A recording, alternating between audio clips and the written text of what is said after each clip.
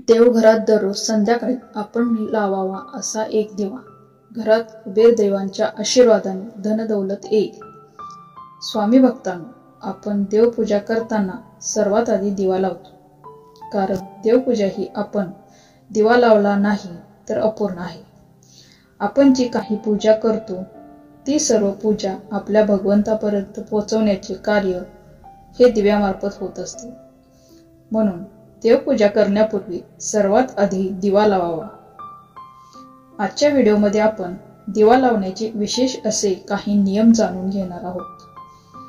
तेलाचा, तुपाचा दिवा केव्हा, कधी, कसा लावावा. दिवा अशा पद्धतीने लावावा ज्यामुळे आपल्याला यशाची प्राप्ती होईल. तसेच कुबेर निरंजन दिवा आपण कसा व कोठे लावावा हे आपण आज जाणून घेऊयात. या दिव्यामुळे आपल्याला लक्ष्मी प्राप्ती होईल. घरात दिवा लावल्याने घरातील नकारात्मक ऊर्जा ही नष्ट होते. दिवा लावण्यापूर्वी घरात काही गोष्टींकडे आपल्याला लक्ष देणे आवश्यक आहे. आपण देवघरातील दिवा लावण्यापूर्वी तो स्वच्छ घासून स्वच्छ करूनच लावा. दिवा हा कधीही तुटलेला, फुटलेला तसेच तेल गळणारा असू नये. काही घरात दिव्यावरून तेल ओघळत असते आणि तोच दिवा सतत लावला जातो. अशामुळे देव आपल्यावर कधीच प्रसन्न होणार नाहीत. कारण जेथे स्वच्छता असते अशाच ठिकाणी भगवंताचा वास असतो. म्हणून दिवा आपण घासून पुसून लावा. काही घरात तुपाचा तर काहींच्या घरात तेलाचा दिवा लावला जातो. तर काही घरांमध्ये दोन्ही प्रकारचे दिवे लावले जातात. काही घरात दिवा हा सुख समृद्धीसाठी लावतात, तर काही ठिकाणी घरातील अडचणी दूर व्हाव्यात म्हणून लावला जातो. ज्यांच्याकडे गायीचे शुद्ध तूप असेल त्यांनी तर दररोज शुद्ध तुपाचा दिवा नक्की लावा. परंतु आजकाल सर्वत्र तुपात भेसळ येत असल्याने प्रत्येक जण तेलाचा दिवा लावणे पसंत करतात. ज्या व्यक्तींच्या घरी गायीचे तूप काढले जाते त्यांनी असा दिवा अवश्य लावावा. यामुळे अनेक फायदे होतात. तुपाचा दिवा व तेलाचा दिवा असे दोन्ही प्रकारचे दिवे लावले जातात. परंतु कोणता दिवा कोणत्या दिशेला लावावा हे माहिती नसते. ह्या खूप छोट्या छोट्या गोष्टी आहेत. त्यामुळे आपली देवपूजा लाभदायक किंवा नुकसानदायक ठरू शकते.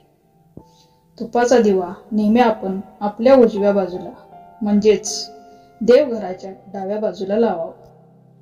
तर तेलाचा दिवा आपण नेहमी आपल्या डाव्या बाजूला म्हणजेच देवघराच्या उजव्या बाजूला लावावा. दिव्याची वात देखील कोणत्या दिशेला पाहिजे हे देखील माहिती असणे महत्त्वाचे असते. आपले देवघर हे नेहमी ईशान्य दिशेला असावे. आपण देवघरात दिवा लावतो त्यावेळी दिव्याची वात पूर्व किंवा पश्चिम दिशेला असावी.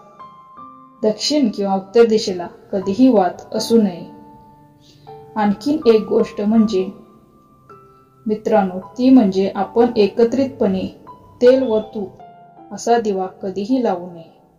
जर तुम्ही तेलाचा दिवा लावत असाल तर त्यात तुम्ही तूप टाकू नये. मित्रांनो, नोकरीमध्ये अडचण येत असतील किंवा तुमच्या काही इच्छांची पूर्तता होत नसेल तर आपण दररोज शुद्ध तुपाचा दिवा लावावा. मात्र आपण त्यातील वात जी लावत आहोत ती लाल रंगाची असावी. श्री हरी विष्णू व माता लक्ष्मीच्या फोटोसमोर असा दिवा लावा. यामुळे सर्व इच्छा पूर्तता होते तसेच धनलाभही होतो. मित्रांनो, जर तुमच्या घरावर कोणते मोठे संकट आले असेल किंवा तुम्हाला कशाची भीती वाटत असेल तर अशा वेळी आपण हनुमानांसमोर दररोज लाल रंगाच्या वातीने चमेलीच्या तेलाचा 3 मुखी दिवा लावावा. यामुळे आपल्यावर हनुमानांची कृपा होते व आपली भीती व कष्ट दूर होतात. हा उपाय तुम्ही हनुमानांना प्रसन्न करण्यासाठी करू शकता. मित्रांनो, तेलाचा दिवा आपण लावत असाल तर आपण राईचे तेल किंवा तिळाच्या तेलाचा वापर करावा. त्यामुळे आपल्याला शुभ फळ प्राप्त होतात. तसेच आपण दररोज दिवा लावतो, मात्र लक्ष्मी प्राप्तीसाठी आपण कुबेर निरंजन दिवा लावावा। हा दिवा थोडा बसका व गोल असतो। याला पुढे चोचीसारखा आकार दिलेला असतो। हा दिवा आपण तेलाचा किंवा तुपाचा कोणत्याही प्रकारचा लावू शकतो। हा दिवा लावल्यानंतर आपण त्यात एखादी लवंग किंवा काळे तीळ, तांदूळ किंवा फुलाची एखादी पाकळी यापैकी कोणतीही एखादी वस्तू त्यात टाकावी।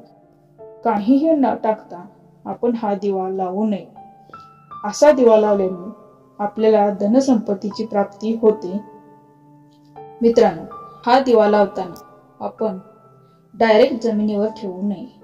त्याआधी त्यावर आपण थोडेसे तांदूळ टाकावे, मग आपण हा दिवा लावावा। हा दिवा धनप्राप्ती करून देणारा आहे, त्यामुळे देवी लक्ष्मीची आपल्यावर कृपा होते।